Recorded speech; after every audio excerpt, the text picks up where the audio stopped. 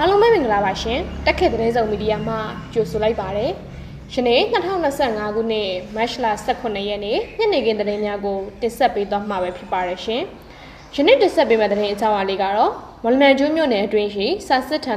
9ခု၌တက္ကသိုလ်ဝင်စာမေးပွဲပထမနေ့မြန်မာစာဘာသာရပ်အားကျောင်းသားကျောင်းသူ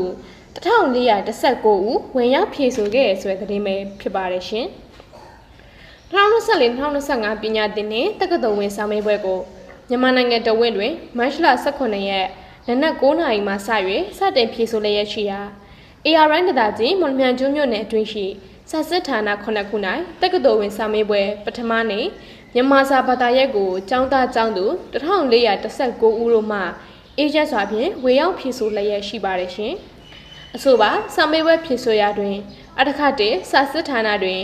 ဝင်ရောက်ဖြည့်ဆို့သည့်ကျောင်းသား352ဦး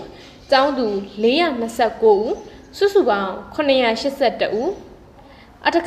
ကျောင်းတောက်စာစစ်ဌာနတွင်ဝင်ရောက်ဖြည့်ဆို့သည့်ကျောင်းသား46ဦးကျောင်းသူ56ဦးစုစုပေါင်း102ဦးအထက်ပြားမှုလျှော်ကျောင်းစာစစ်ဌာနတွင်ဝင်ရောက်ဖြည့်ဆို့သည့်ကျောင်းသား48ဦး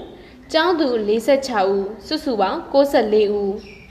အထက်ကျော်စံစာစစ်ဌာနတွင်ဝင်ရောက်ဖြည့်ဆို့သည့်ကျောင်းသား23ဦးကျောင်းသူ28ဦးစုစုပေါင်း52ဦးအထက်အောက်မဦးတုံးစာစစ်ဌာနတွင်ဝင်ရောက်ဖြည့်ဆို့သည့်ကျောင်းသား85ဦးကျောင်းသူ84ဦးစုစုပေါင်း169ဦးအထက်ကြိုက်ပြီးစာစစ်ဌာနတွင်ဝင်ရောက်ဖြည့်ဆို့မိကျောင်းသား65ဦး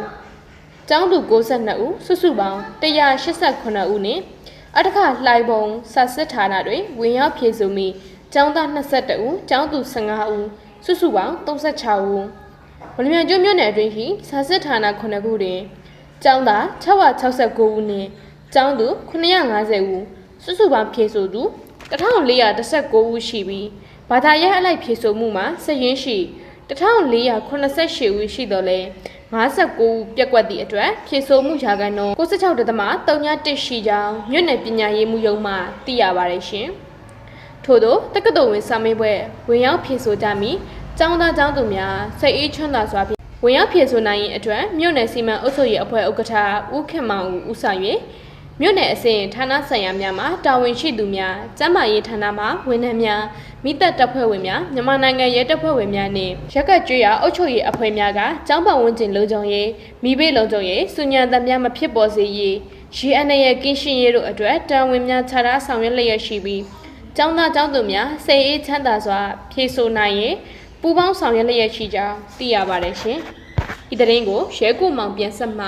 ပေးပို့ထားတာဖြစ်ပါတယ်ရှင်။